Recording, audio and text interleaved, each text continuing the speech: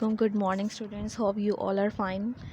Today we are going to start our unit number 4, that is first aid. Last time हमने unit number 3 पढ़ा था, that was try again. आज हम first aid के बारे में पढ़ेंगे. first aid आपने पहले भी सुना होगा, that is इब्तदाई तिबी इमदाद, जिसको उर्दू में कहते हैं कि किस तरह आप किसी की इब्तदाई तिबी इमदाद, अगर कोई बंदा हर्ट हुआ है, मतलब किसी का एक्सीडेंट हुआ है, कोई इंजरी आई है फिज़िकल, तो आप उसकी कैसे मदद करेंगे. So let's start this chapter.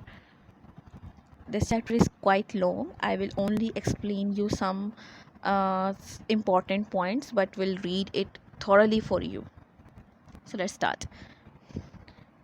This is, we all need help at the times in our life. Sometimes we may have accidents and we may get hurt. When we are injured or suddenly become unwell, we need someone to help us, someone who knows what to do. It is a temporary and immediate help. This timely assistance comprising simple medical technique and is most critical to the victim and is often life saving.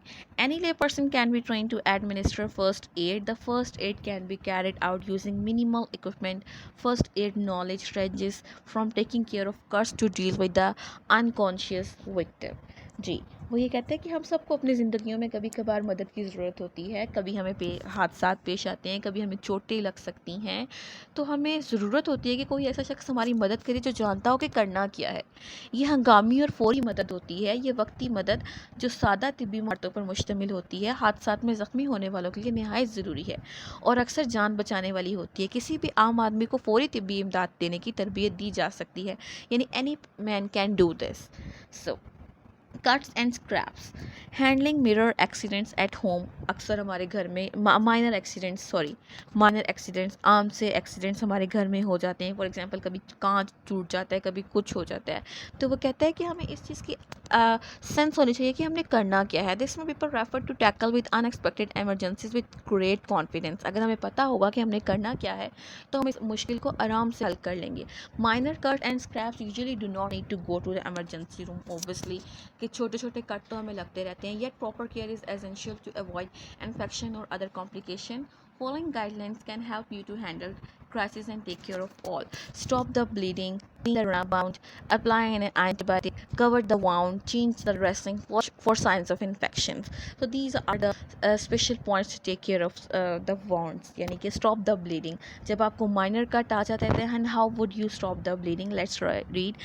Minor cuts and scraps usually stop bleeding on their own. अक्सर ये खुद ही रुक जाते हैं bleeding होना. If they don't, apply gentle pressure with a clean cloth or bandage. Hold the pressure continuously for 20 to 30 seconds and if possible elevate the wound.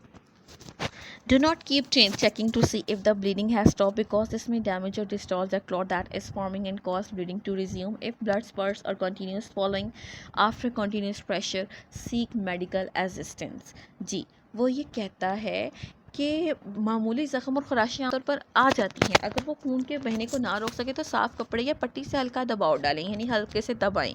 मुसलसल 20 या 30 second तक दबाव डालें और अगर मुमकिन हो तो ज़ख्म ऊपर को उठा दें, ये देखने के लिए कि आया खून का बहना रुका है कि नहीं. इसका मुआयना ना करते हुए, क्योंकि इसमें जो जमा हुआ खून है वो नुकसान पहुंचा सकता है, और अगर फिर भी खून जमा रहे तो वो कहता है कि अपने डॉक्टर से फ़ौरन तिबी मदद लें.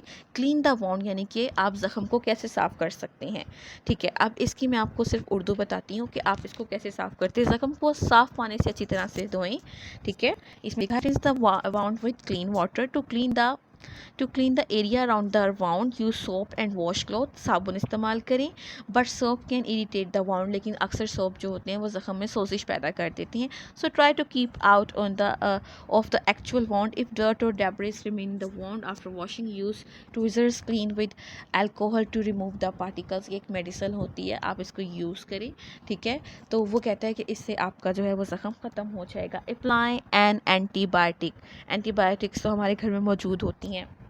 वो कहता है कि अगर आपका ज़ख्म फिर भी ठीक नहीं होता तो कोई एंटीबायोटिक क्रीम ले लें, कोई ऐसा मॉइस्चराइज़र ले लें जो आपकी जो ज़ख्म है उसको धोने के लिए या उसको सही करने के लिए काम आए. कवर द वाउंड, कि अगर आपको जो ज़ख्म है आपने उसको कैसे कवर करना है. अक्सर हमारी फिंगर पे कट लगता है या कहीं पे भी हमारा कट लगता है बॉडी के आउटर पार्ट्स में, तो हम उसके ऊपर बैंडेजेस लगा लेते हैं. तो वो कहता है यूज़ द बैंडेजेस, कि आप यूज़ करें, बैंडेज कर लें या कोई पट्टी इस्तेमाल कर लें, चेंज द ड्रेसिंग, और अगर आपने बैंडेज की है तो उसको टाइम पर चेंज कर लें, उसको गंदी मत होने दें। Watch the science of infection, और देखें कि आपका इन्फेक्शन फैल तो नहीं है। See the wound is not healing, अगर आपके ज़ख्म नहीं ठीक हो रहा तो अपने डॉक्टर के पास जाएं। अगर आपको उसमें रेडनेस फील होती है, इंक्रीजिंग पेन होती है, ड्रेनेज होता है, कुछ भी प्रॉब्लम होती है, then go to the doctor, अपने डॉक्टर के पास गए। फर्स्ट एड किट, देखिए ये फर्स्ट एड किट है जो आई थिंक हम सब के घरों में होती है, बट यूजुअली इन पाकिस्तान हम जैसे लोगों के घरों में ये होती तो है, but it is not in this पेटी लाइक बॉक्स। इस तरह के बॉक्स में नहीं होती। अक्सर हमारी अम्मियों ने और हमारे बड़े लोगों ने एक डब्बा सा बनाया होता है और उसके अंदर ये सब चीज़ें मौजूद होती हैं, like typical of Pakistani. So let's move. Every office, factory, home and school should have an accessible first aid box with the following recommended basics contact के first aid box में होना क्या चाहिए। बैंडेड्स होने चाहिए, यानी कि वो जो मैंने अभी आपको बताया ना कि ये बैंडेजेस हमारे पास होनी चाहिए, ठीक है, ताकि किसी भी, ये फिंगर पे लगा सकते हैं, लेग्स पे लगा सकते हैं, छोटा सा कट है फ़ौरन से आपने ये बैंडेज लगा ली, सनी प्लास्ट जिसे कहते हैं, प्लास्टर्स। इलास्टिक बैंडेजेस होने चाहिए। ये देखें इलास्टिक बैंडेजेस, ये अक्सर जब हमारी अक्सर आपने देखा होगा कि आपके घरों में अगर आपकी कोई बड़ी ख़वातीन है तो उनको हाथों में दर्द होती है, पाँवों में दर्द होती है, तो वो इस तरह की रैपिंग कर लेती हैं। इससे पता है जॉइंट्स का प्रॉब्लम, वो कहते हैं wrapping sprained joints or making a sling in the case of a broken arm. I am explaining like a doctor, but I am not a doctor. खैर jokes are apart, gauze and adhesive tapes आपने देखी हैं, वो जो white colour की tapes होती हैं वो यूज़ करें, आपने इस वो फर्स्ट एड बॉक्स में रखें। फॉर एग्जांपल अगर आप वाइट कलर की पट्टी करते हैं तो उसके ऊपर फ़ौरन से वो वाइट कलर की टेप लगा देते हैं जो काफ़ी स्टिकी से होती है, वो आपके कट्स को हील करने के लिए बहुत ज़्यादा काम आती है। एंटीसेप्टिक वाइप्स यूज़ करें, कॉटन का, वूल का, यानी कि वो कहते हैं कि एंटीसेप्टिक वाइप्स होते हैं, यानी कि ये ना बड़े बैक्टीरिया फ्री होते हैं, इनको आप यूज़ करें अपने ज़ख्म को साफ़ करने के लिए। सेफ्टी पिन्स एंड ट्यूज़र्स रखें अपने जो कहते हैं फर्स्ट एड बॉक्स में। सीजर्स, ऑफ कोर्स सीजर्स की तो बहुत ज़रूरत होती है कि आपने अगर पट्टी करनी है तो सीजर की ज़रूरत है, टेप को काटना है तो सीजर की ज़रूरत है, यानी कि ये सब चीज़ें, these are the things that you should have in your first aid box. Latex gloves, ये ग्लव्स जो आजकल हम कोरोना के दौर में पहन रहे हैं, these gloves should be in your first aid box kit. Calamine lotion is use for soothing sunburns and stings, ये भी होना चाहिए। क्लिनिकल थर्मामीटर, बुखार चेक करने के लिए। एंड टैबलेट्स तो पैनाडोल तो वो use like an chocolate, so it should also be in your first aid kit. So very very precisely I have explain you this chapter, मैंने बहुत प्रिसाइसली आपको ये एक्सप्लेन किया है कि how to use a first aid kit in the home, कि आपने first aid kit अपने घर में बनानी कैसे है, उसमें क्या चीज़ें होनी चाहिए, उसका यूज़ क्या होना चाहिए। This is how you can see the wound, you can save the wound, आप अपने ज़ख्म को बचा सकते हैं, आप उसको खुद हील कर सकते हैं if you have this things in your home. So let's move towards the glossary. This is the glossary basically. We will only learn the glossary and the question answers, okay, and then we will in the next lecture we will do the question answers plus your essay number 2.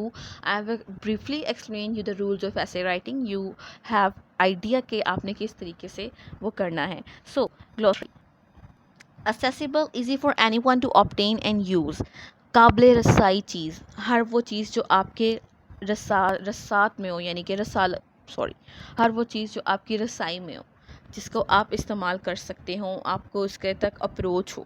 Adhesive, sticky, ग्लूई, यानी कि चिमटने वाला। Antibiotic, a substance which is capable of destroying और inhibiting the growth of bacteria और other microorganism, यानी कि जरासीम का दवा। इन्फेक्शन का मतलब इन्फेक्शन, यानी कि some disease that is transmitted, and वो डिजीज़ जो आपको ट्रांसमिट हुई हो। इंग्रेडिएंट्स होते हैं, मटेरियल्स, जो चीज़ें इस्तेमाल हुई हो। माइनर, बहुत छोटा सा। Ointment, a medical preparation in the soft smooth paste, एक मेडिसिन होती है जो स्मूथ से सॉफ्ट से पेस्ट बनी होती है। ये ऑइंटमेंट यूज़ करते हैं हम अपने स्किन पे यूज़ करते हैं अगर हमें कोई प्रॉब्लम हो जाए। रिंस का मतलब होता है अच्छे तरीके से वॉश समथिंग क्विकली, जल्दी से और अच्छे तरीके से साफ़ करना। Tweezer, a small pair of pincers for taking up small objects, plucking out here, आपके घर में वो चिमटी जैसे ट्विज़र्स होते होंगे, वो होते हैं ट्विज़र्स जिससे आप कोई चीज़ नोचते हैं. So this is a lecture of unit number 4. First aid kit is all about. So in the next lecture we will do question answers plus Essay number 2, stay safe, stay home. See you in the next lecture. Allah Hafiz.